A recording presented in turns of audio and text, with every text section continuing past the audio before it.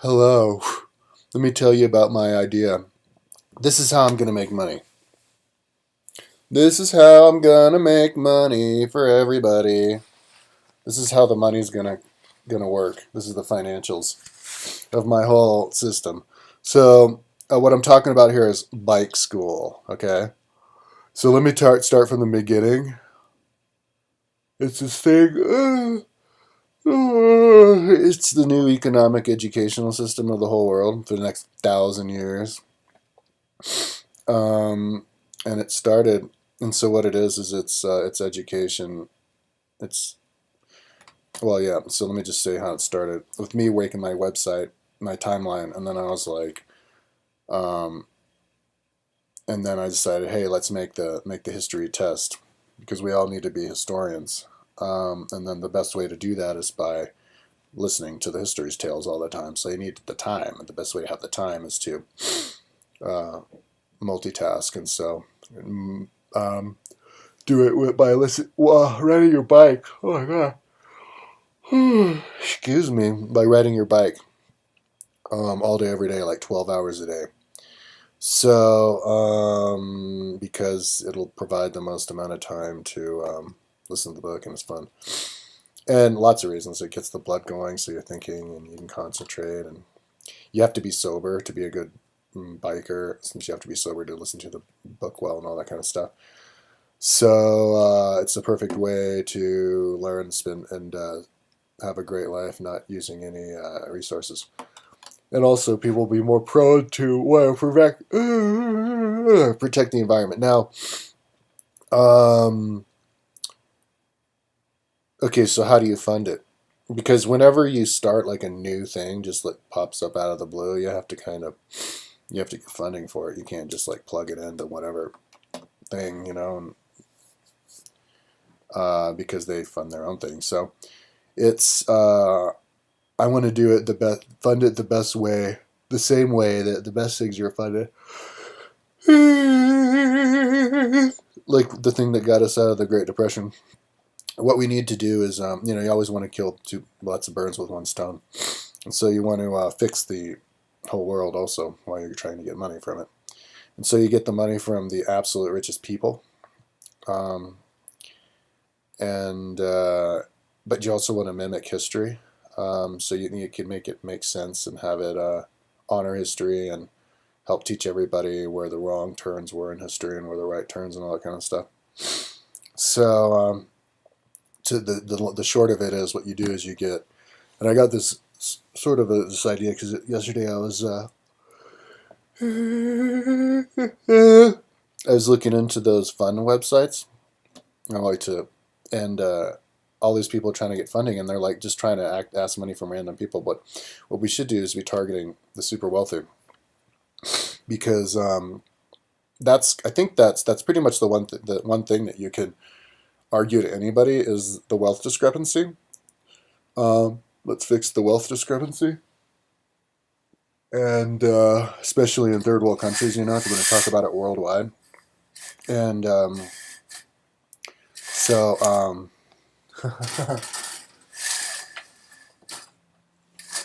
right. Well, now I can't get it to go down at all. I blew my opportunity. Oh, well, anyway. Yeah. So, but the weird thing is that um, you can't. For some weird reason, it's difficult to use taxes. I mean, you'd think that it'd be easy as pie to just change the tax code to tax the wealthy more, but for some reason, um, wealthy people are able to give money to politicians who get in and who are able to just tell everybody that their tax policy doesn't benefit the wealthy, and everybody somehow believes them. So, so how do you break through that? For example, this last tax cut, I saw the Young Turks video. They're doing all these tax cuts, and they're like, "Yay! See, fix the tax cuts for the middle income. See how we fixed your tax cuts?" But they fixed the tax cuts they cut them even more for the wealthy. So it was actually a tax cut for the wealthy.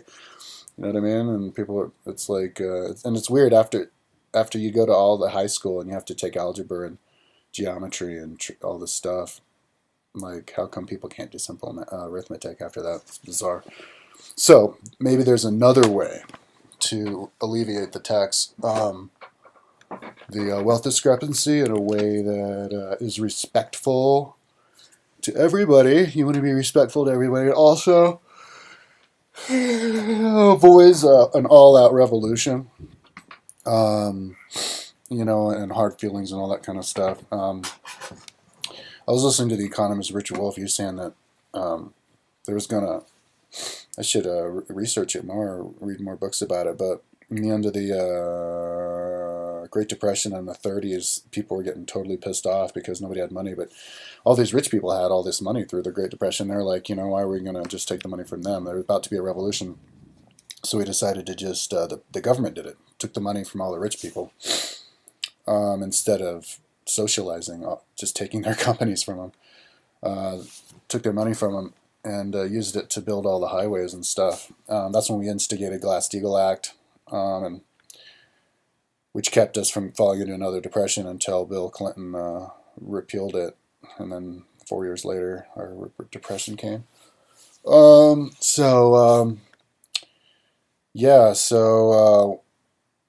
we do it again, but now that we have better communication infrastructure, we can do it with more communication between the poor people, the soldiers, and the rich. And so let's compare it to the past, because what I'm talking about is you get rich donors for individual people. And so let me explain exactly the mechanics of it. So here's a historical perspective. So like in ancient Rome, people were fabulously wealthy, so they would have households with just zillions of people. I'm actually rebuilding Rome right now, and Trajan's house has 60 rooms just facing his room, and then a whole bunch more on the outside. And the palace has like hundreds of rooms, So, oh no, I lost my train of thought. Oh yeah, fabulously wealthy. So they would fund all kinds of things, social programs. The rich people themselves would fund social programs. They would even fund their own wars. They could, back in the days of the kingdom, they could fund entire armies to defeat whole other towns. And Crassus actually, in the time of Julius Caesar, tried to invade the Parthian army empire just because he wanted to.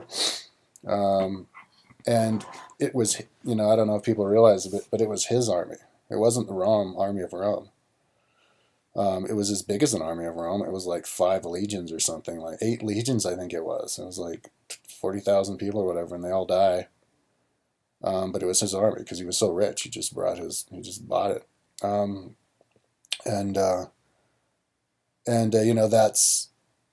That's it gets bad when it's too much wealth discrepancy because people can do crazy stuff with their money, like start wars, or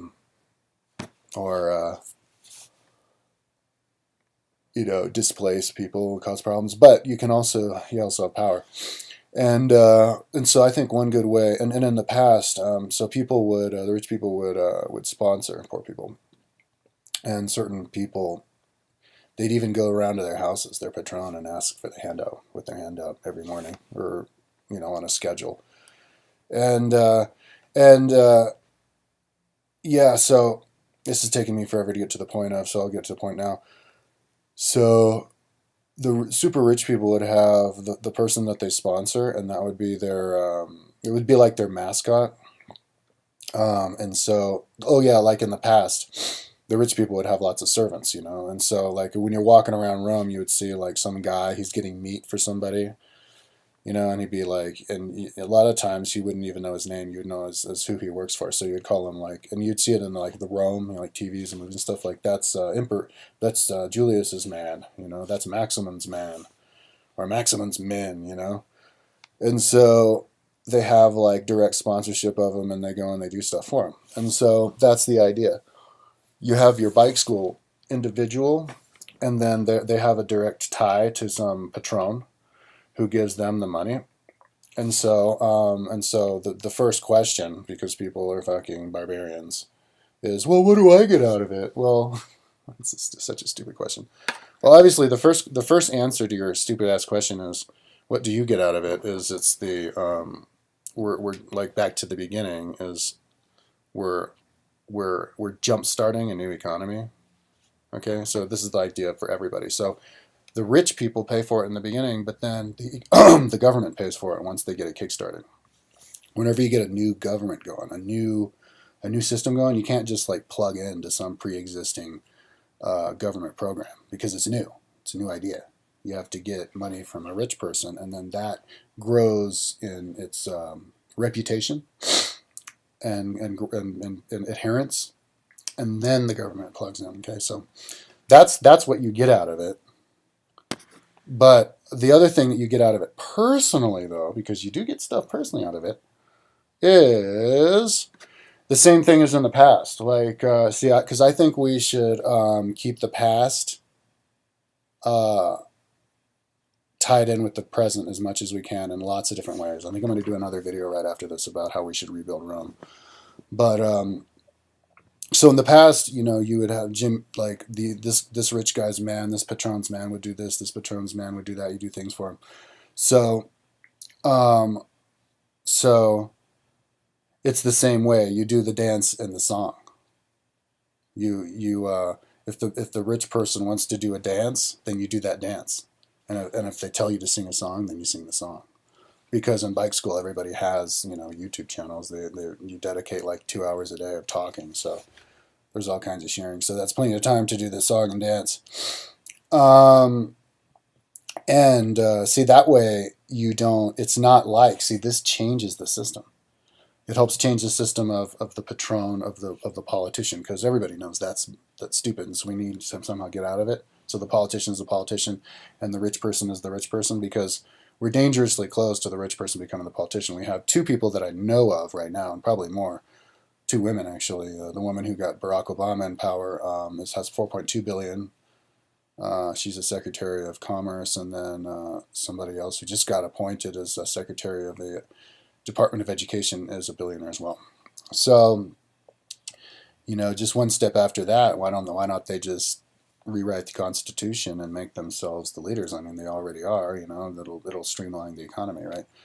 But instead of that, we should actually make the public servants like servants to the public, and then have the rich people just rich people trying to play monopoly with the world. So,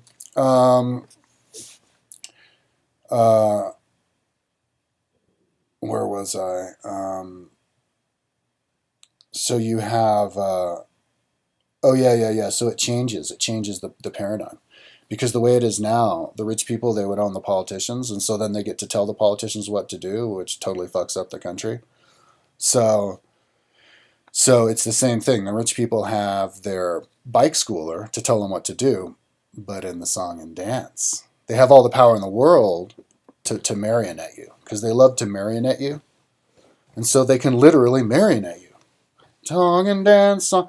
But the funny thing is that evil people, which is what most rich people are these days, they don't dance and they don't sing. That's one thing about evil people, because they have no soul. Kind of like how the guy who wrote the book about Donald Trump says he has no soul. He's empty, like they never smile, they never joke, and so they never sing, and they're never going to dance. And so if it actually puts social pressure on the rich people to have souls and to sing and to dance, and and the ones that sing and dance, they go, oh my God, look, a person. And so that's the power that they have over you, to marionette you. But they would never. One thing that'll work out, people will be like, but I don't want to dance, because people hate like they're being manipulated. But if you can let yourself be manipulated like that, then that means we have a society that's more cohesive, and we can control each other. Like those little dots, those little balls that connect, and you let the ball hit on one side and the other one goes up. We could be socially cohesive like that. One guy could invent some new idea, and it spread to everybody, because everybody likes to copy everybody, because we all trust each other. And so that could cultivate that like, follow me, marionette me, and the rich people could try to marionette. In that regard, to try to change the paradigm, and to owning you and making you do stuff to make me more money, and to, I'll just make you do stuff because I have power over you. But only in that way, not the political way, because You also maybe, if you want to, you could cultivate the relationship of the king's fool. You know how the king had their fool. He was that one guy. He was the one guy in the king's court who could say whatever the hell he wanted to the king. He could like insult the king and tell the king, give the king his true idea, and he dressed however he wanted. I got that idea when I think the best scene of that is in Henry the Fourth. No, Henry the Eighth. The Tudors, the TV show from HBO. It was like an entire episode where they dedicated to Henry the Eighth, who got really depressed because his sister died or something like that, and so he was up in the attic of the castle for like a month, and the only person who was allowed to hang out with him up there was his jester, who was just like insulting him the whole time and telling him how it was, like just ragging on him and making him feel like a piece of shit for like 3 weeks. And then he came down, he felt better. So yeah, kind of like that. Maybe you could have that kind of relationship, you know? Like you could have your patron who gives you your money, and then you tell him what a piece of shit he is and all the political, faulties he has, because you don't have any actual political power. The only political power that you have is are your opinions that you spread, which you cultivate, because that's what you do 2 hours a day from bike school. Oh yeah, so let me explain, in case I didn't explain before, what that is. Bike school, it's brilliant. The idea behind bike school, the goal behind bike school, is to have everybody in the whole world, or at least everybody in the whole world does bike school, but the idea is that everybody who's in bike school in the program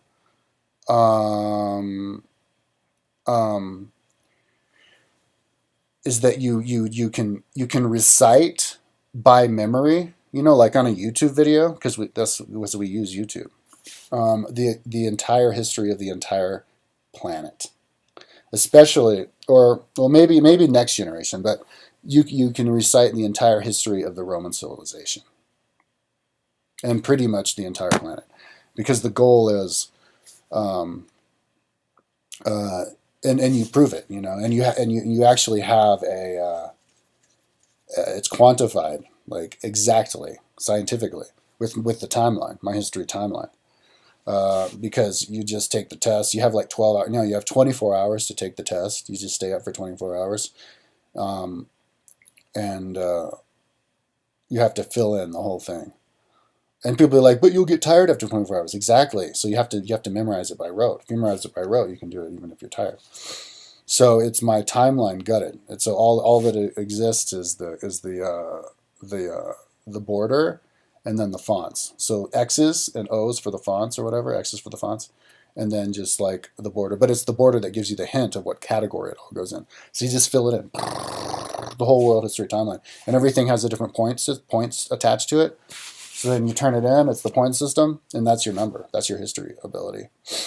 And so, that way people can age gracefully, because as you get older, you get like, your body starts to fall apart, but your mind gets stronger, and you can actually quantify it, and then even after we get good at it, you'd have like what expected percentage of the test from this age group, this age group, this age group, and then that would be interesting to find out when you start to get worse, because maybe you just keep getting smarter. I don't know, but so that's how you quantify that. But then, so the way you do it is by riding your bike all the time. And so, but if you ride the bike all the time, you would also quantify how fast of a bike rider you are, and all the different qualities or distances.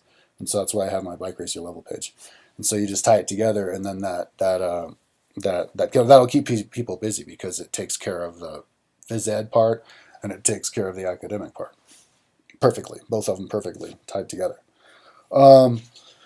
So then you go and you talk about, so if you're talking to, so you ride 12 hours a day or 10 hours a day, and then you talk 2 hours a day, and then you just slip 12 hours a day. So if you're talking 2 hours a day about academic stuff, you're going to get really smart, and so that you're going to become a really good advisor to the rich, powerful people with the money to spend on, like you could advise them on good other bike school participants to do.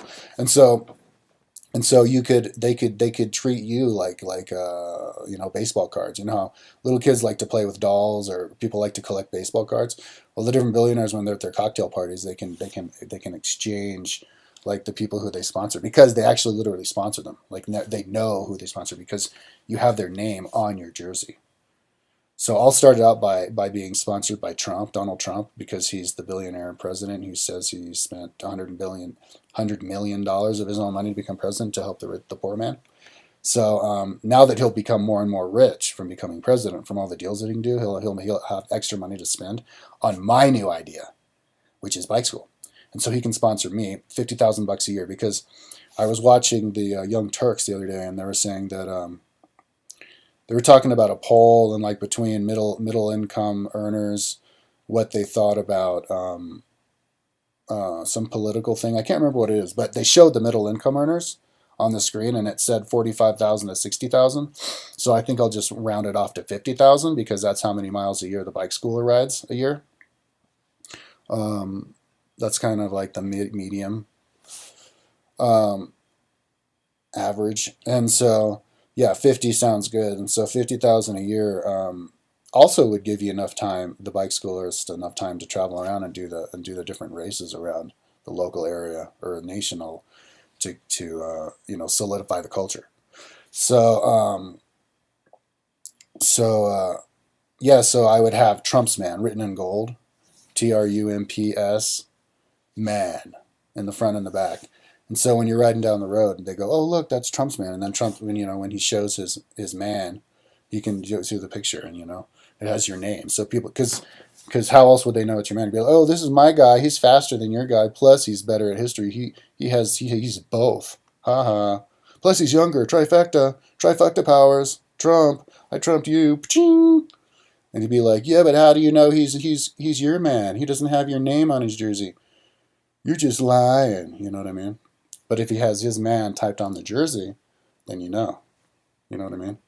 And then you can go to his website and be like, "Oh yeah. Well, plus you go to the website, it says Trump's man, I guess." But he could say Trump's man on the website. But how do you know he's a loyal subject of yours? You only know if he's loyal if he follows protocol, which is to wear the jersey with your name on it. You know what I mean? See, that way you can separate the corporations, which are growing like a cancer and taking over killing the whole world, because the rich people need to keep their jobs, and in order to keep your job, you do stuff to make money for the company. But the rich people can do whatever the hell he wants with his personal money, and that's where all the money festers. The cesspool of money that can't get into the circulation because there's no money to spend. Well, it's not there because it's just sitting there festering and rotting and molding away in the rich people's bank accounts. Like that's what we had to do to stop the Great Depression, is to get the money out of the hoarders and into circulation to build the roads in the late 1930s. So, but this is a better way to alleviate the pressure.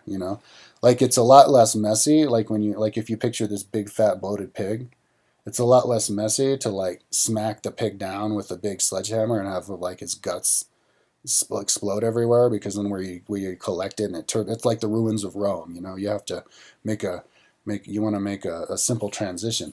So you would just like a bunch of mosquitoes. You would send out an army of mosquitoes. You'd have a bunch of individual people just pinpricking them, just to take their 50,000 a year here, 50,000 a year from this one, and they would maybe only have like a dozen sponsorees. You'd have like a team or something, and so you could deflate the stuffed pig, the bloated pig, slowly, and get him back into manageable weight without having to explode him. Yeah. So,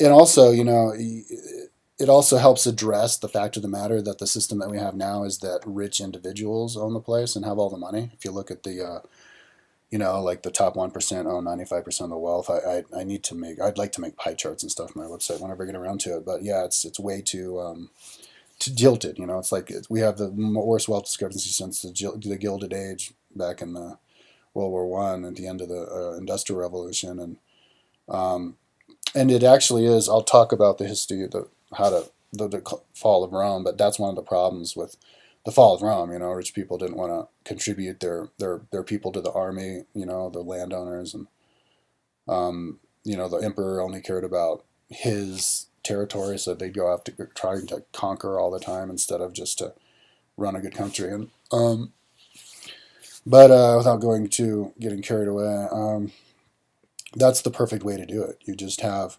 individuals being sponsored by rich people, and it's a great way for the rich person to see their money being spent, because rich people like to spend money on stuff that like blow their money, like private jets and traveling all over the place and having houses sitting, costing them money all over the place and just bleeding money out.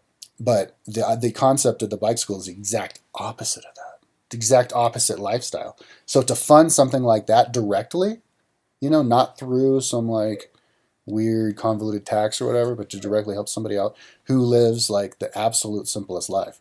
Because the people who do that, if you're out 12 hours a day, guess what? You need nothing. All you need is a room. So you could, like Boulder. Let me tell you my vision of the future of Boulder. Boulder's starting to build a lot of small low income housing. No more big houses, just small apartment buildings everywhere. And so we should, and the CU, the University of Colorado, takes up a lot of space, has lots of big buildings. So what we should do is convert all the buildings of University of Colorado into apartment buildings and so we can bring more people in here and make Boulder like Rome. Rome had 1 million people in it, so why not Boulder? We should have a Boulder 1 million people in it, all living in these apartment buildings. That could only be as high as the highest building. None of them can block the view of the Flatirons. Even that building that they're building on Canyon and 28th, I think, is too high. But so maybe not 1 million, but maybe you could put people underground. But so all they have is the barracks. Then they get outside, and the only thing that they spend money on is their food. And if you're writing all the time, you're gonna develop a taste for just simple food. Like me, all I eat is rice. I don't write all the time, but I'm working all the time, so I don't think about doing stuff. And so all I eat is rice and vegetables, canned vegetables and rice, and then oatmeal and protein powder and canned fruit, and that's it. And that's what all they would eat, right? So all they're eating and all they're spending money on is basic food, like an ancient Roman soldier, just a simple diet. And then they're out, and then they're riding around on a bike that's just parts, not even the battery. You don't even want an electric bike, just the parts, the chain and everything. And so you're just out there, and so it's just a person eating food, and then so you have the same footprint on the world as like an ancient Roman soldier. No footprint, no Ferraris, no Lamborghinis, not even SUV, not even like motorcycles and stuff, ATVs, just bikes, just no footprint. Only you're out in your nature, just like an ancient Roman soldier, or an ancient tribesman out there in the woods.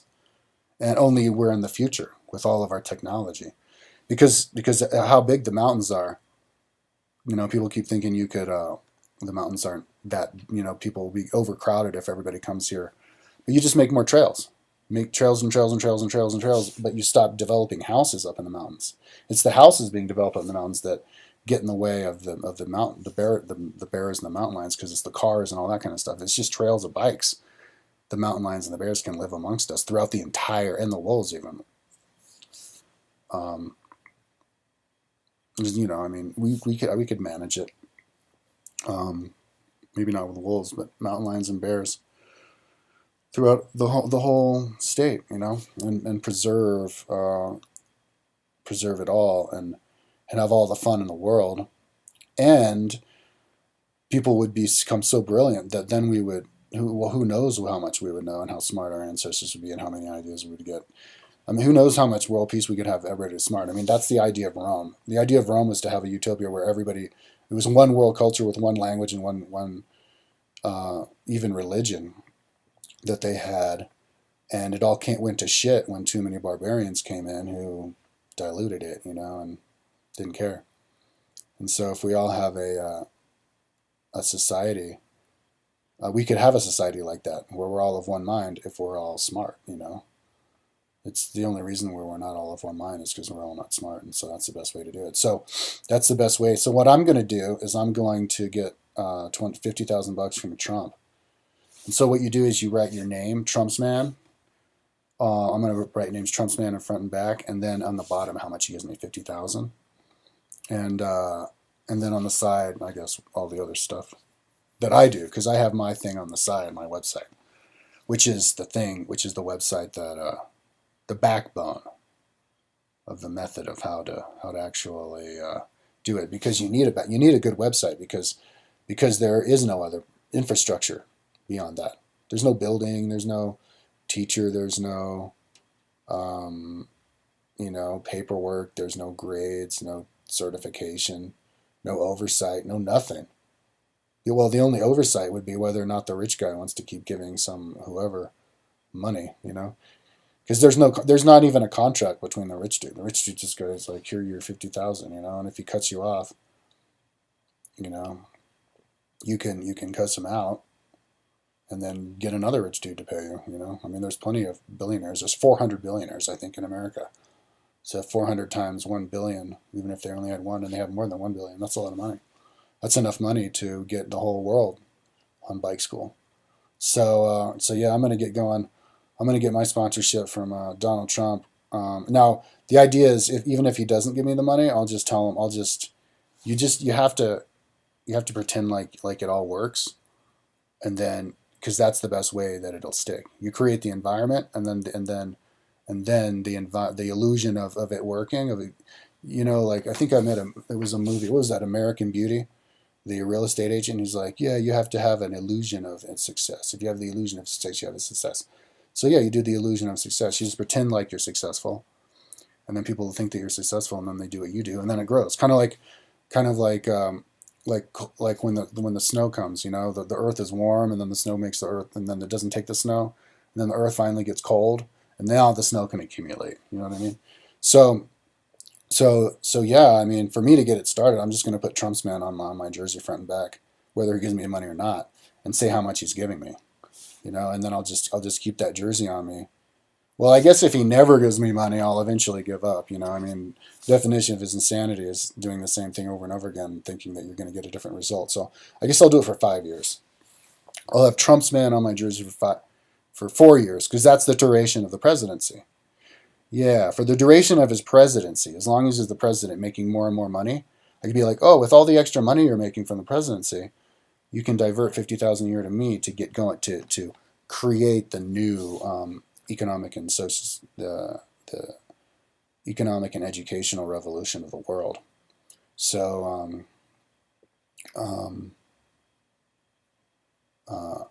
yeah, and then if he doesn't do it after 5 years, I guess I would adjust for inflation. I just want to keep it right in the middle of like minimum wage, and then I mean, not minimum wage, middle income, middle household, and then and that you're actually getting paid less per hour, because of normal workers, they work 8 hours a day, 5 days a week. But if you're a bike schooler, you're working 12 hours a day, 7 days a week. So they're actually, the rich people are actually getting a better deal. They're getting a big bang for their buck and what they're paying for. So yeah, and it helps encourage. I mean, I don't want to talk too much about bike school, because that's its own video. This is about the money, but in bike school itself, it helps encourage individuality, and then that'll help in intelligence, and it'll help shore up everything in a beautiful way. Not having to pop the zip, but the body reabsorb it, and no scars. And then you rebuild Rome and pretend that Rome never fell and it was never in ruins. But yeah, and then I guess if Trump doesn't go for it after 5 years, you choose the next most likely billionaire. The next billionaire in government, because it's the government officials, the people who work in government, who are the ones who care about everybody. That's why they're in government. They're the public servants. So yeah, I'm looking forward to it, man. It's going to be awesome. The revolution's coming.